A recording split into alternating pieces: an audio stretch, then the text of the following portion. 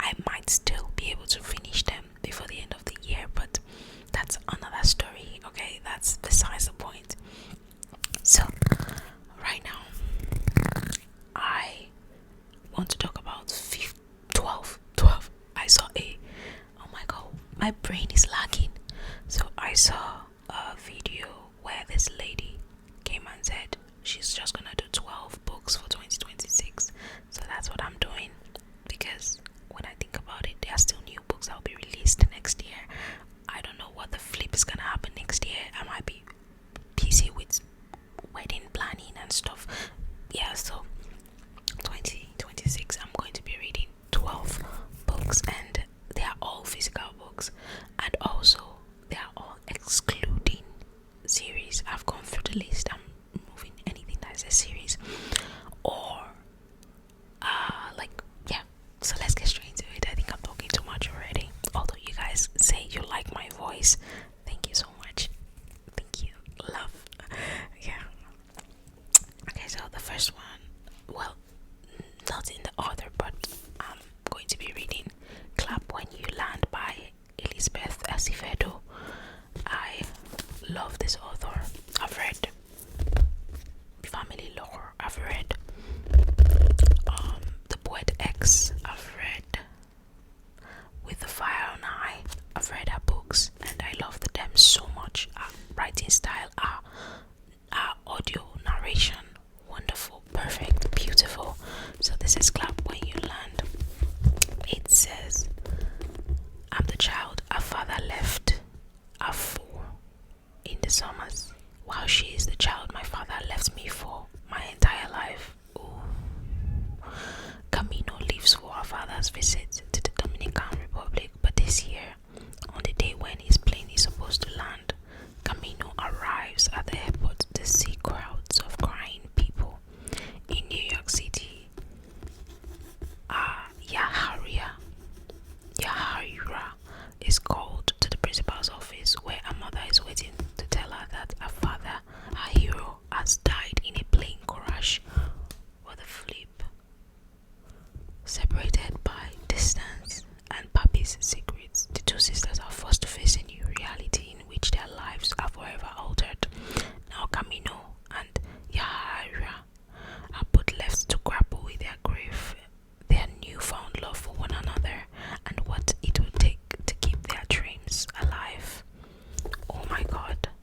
So, wow, that explains the face. I thought they were twins. Wow. So, I know she would deliver. It sounds like something that will make me cry because I already got teary. Okay, the next one I planned to read, I actually already ordered it and it's currently in Lagos at the moment, but I don't have my copy physically with me, but it is The Perfect Fit. I want to read this. I know it's a dark romance, and the crazy thing is I love the cover, and that's all. I think it's MMF. I'm not sure, but yeah, when I do my haul, I would be able to read the blurb and tell you guys what I think about it. But right now, I think I'm blind. The next book I would like to read is The Things We Left Unfinished by Rebecca Yarros.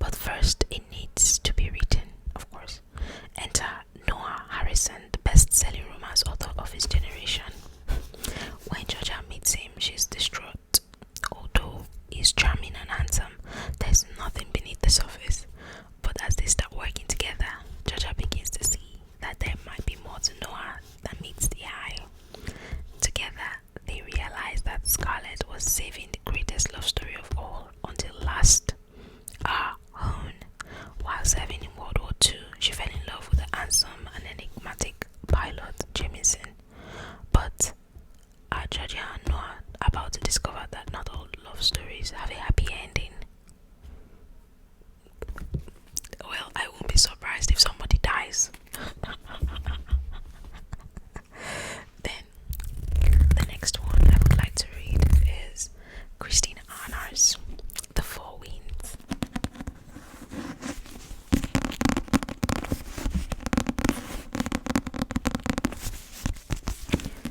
The Four Winds.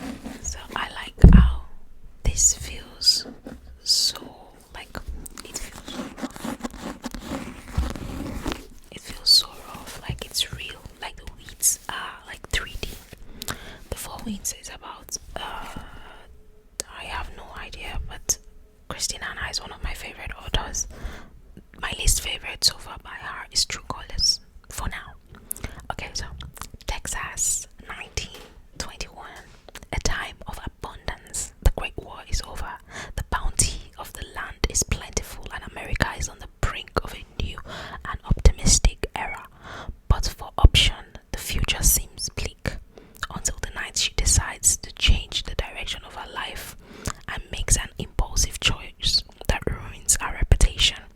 Elsa is faced with only one respectable choice: marriage to Raphael Martinelli, a man she barely knows.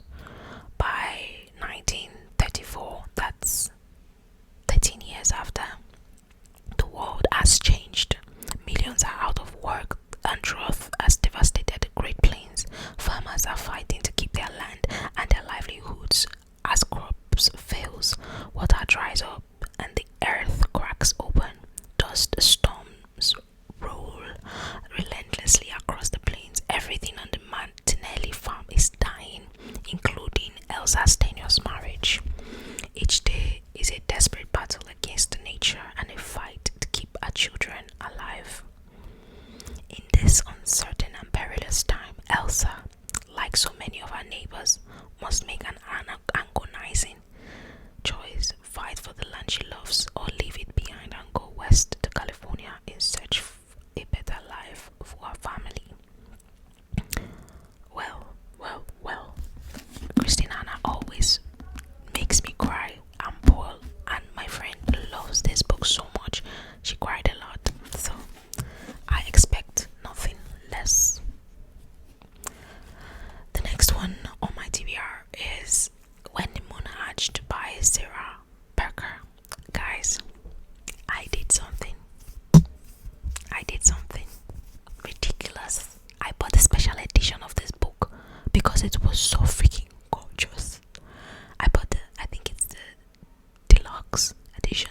It's not presently with me, but it's gonna arrive at the end of the year, and I will do a haul when all the books come.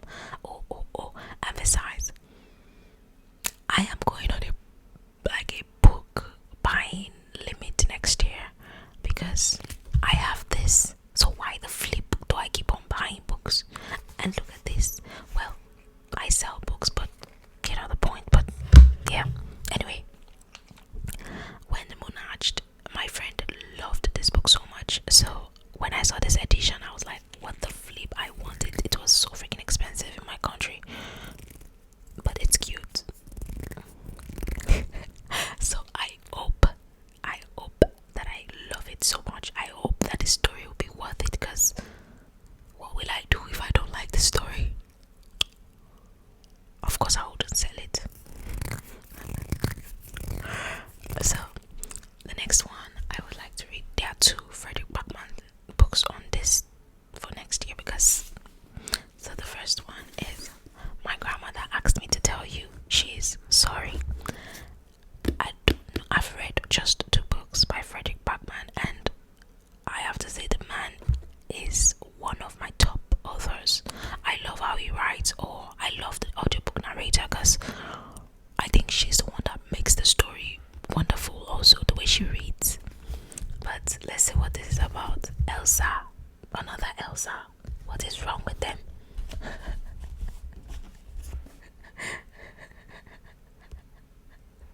This is Elsa. That is nice. Okay, so Elsa is 7 years old and different. Her grandmother is 77 years old and crazy.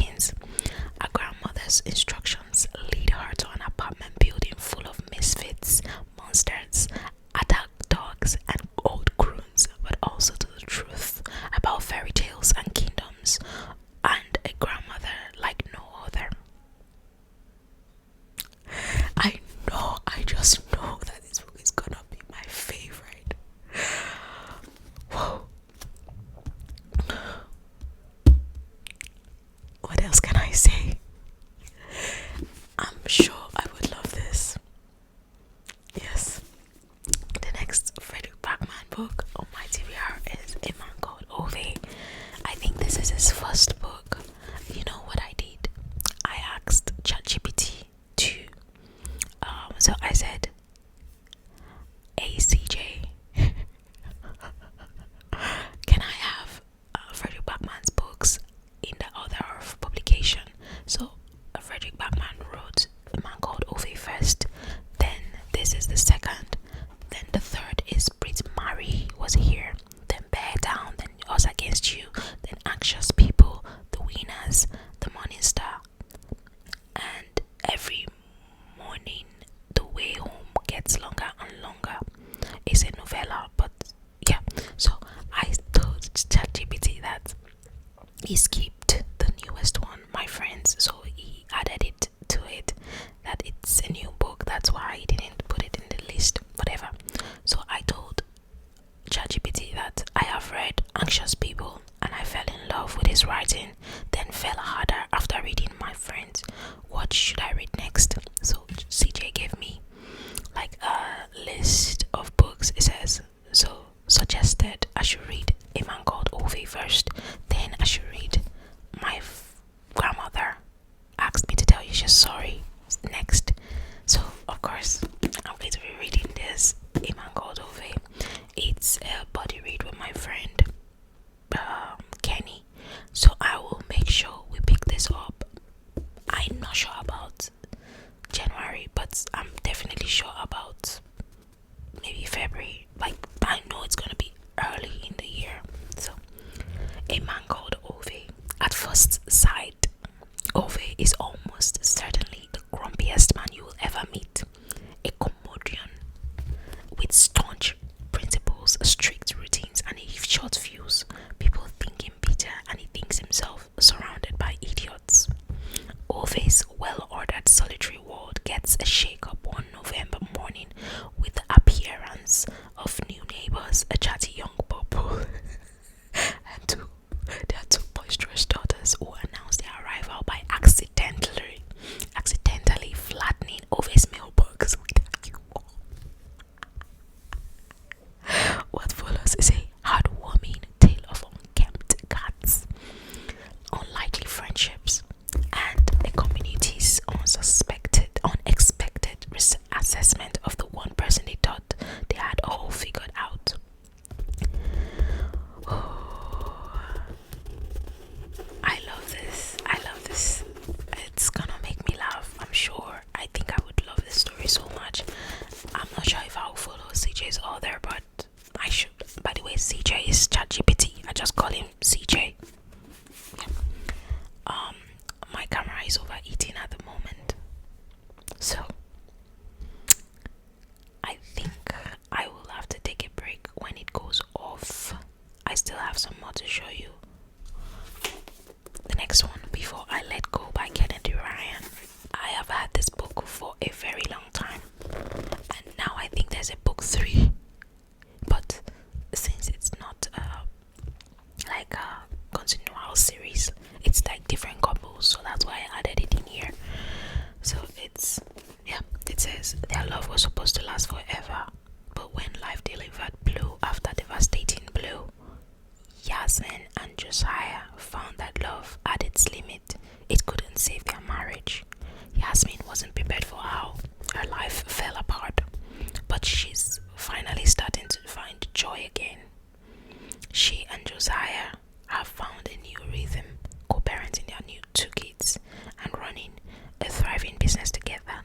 Yet, like magnets, they are always drawn back to each other, and now they are beginning to wonder if they are truly ready to let go of everything they once had. One stolen kiss leads to another, and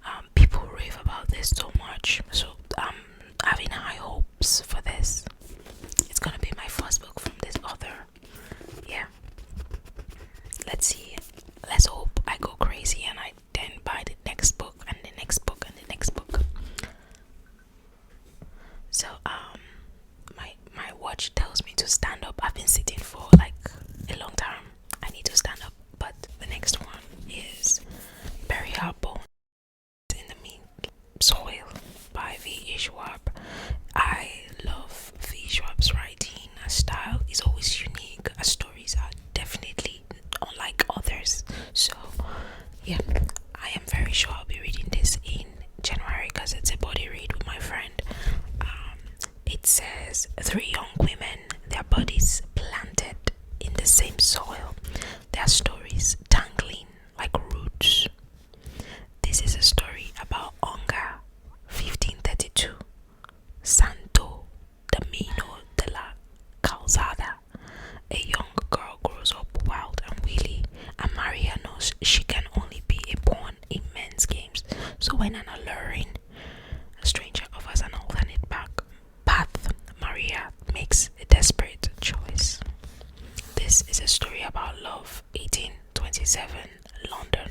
A young woman lives a cloistered life on her family's estate until a moment of a forbidden intimacy sees her shipped off to London. Once there, a beautiful widow offers her freedom, but at what cost? I think that is Maria.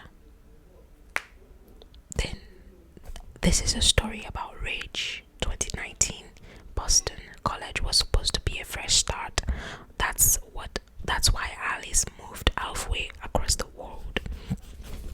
Then, an out of character one night stand leaves her questioning everything. Alice throws herself into the hunt for answers and revenge. This is the story about life, how it ends and how it starts again. Wow. I'm so freaking excited and happy. Yeah, I can't wait. The next one on my TBR is, you guys already have seen this book every time. It's this one. Oh guys, oh my god. So it says, what is it you think you're protecting in that brain of yours? The war is over. Hold fast is dead. The earth now, flame extinguished. There's no one left for you to save. I know it's more than that, but I think all I remember people say is that she has lost her memory and she needs to regain her memory. I don't want to read the blurb for this, but yeah, the rave is so good. People love it so much. I honestly can't wait. Then I have 2 more books. I'm so excited.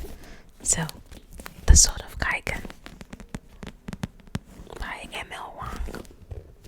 This is epic fantasy. People say there's no romance in it, so I don't know how I'll feel about that, but I would really love to read this. Let's see what it's. Oof. You know, I actually don't like covers that are glossy like this. I like matte covers. Anyway, so it says, on a mountainside at the edge of Kaikani's empire, life lives the most powerful fighters in the world. Warriors capable of rising the sea and wielding blades of ice for centuries. The fighters of the Kusanagi Peninsula have held the empire's enemies at bay, and in their treacherous spit of land, the name, the Sword of Kaiken, born into Kusanagi's legendary, oh god, Matsuda family, 14-year-old mom, guys.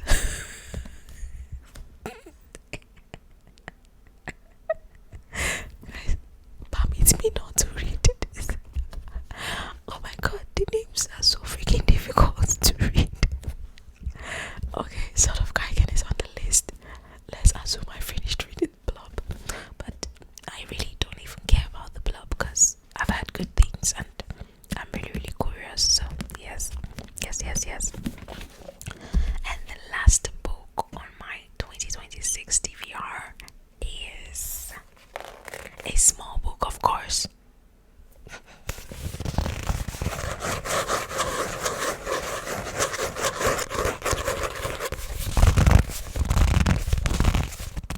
Now, this is The Alchemist by Paulo Coelho. I know people say this is a masterpiece. It's now a classic, by the way, but I still haven't read it, so I'm curious.